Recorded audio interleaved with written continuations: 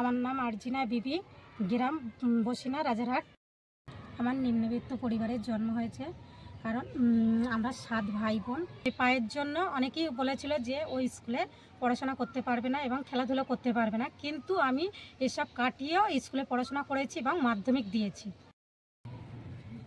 যেহেতু আমার পায়ের একটা সমস্যা ছিল এবং তার কারণে আমার বাড়িতে মাধ্যমিক দেওয়ার পর বাড়ির থেকে একটা বিয়ের চাপ আসে এবং আমাদের সমাজে মহিলাদের বাইরে যাওয়া নিষেধ, কিন্তু তবু আমি এসব বাধা পেরিয়ে আমি বাইরে বার হয়েছি। টুয়ার্ডস ফিউচারের শুরু থেকেই আমি আছি এবং টুয়ার্ডস ফিউচারের বিভিন্ন প্রোগ্রামে আমি যুক্ত আছি।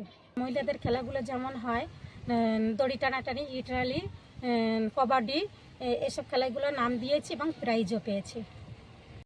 এসবিপির সহযোগিতায় একটা সেলাই ক্লাস হচ্ছে এবং সেখানে আমি সেলাই শিখতে এসেছি এবং আমাকে ওখানে প্রথমেই শুনতে হয়েছিল ও কি আদৌ পারবে করতে, কিন্তু আমি এখন শিখেছি এবং মেশিন চালাতেও পারি।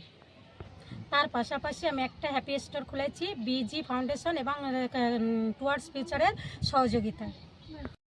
ছোট থেকে নানা রকম সমস্যার সম্মুখীন হতে হয়েছে এবং আজ এই জায়গায় এসে দাঁড়িয়েছি এবং পরিবারকে সহযোগিতা করছি।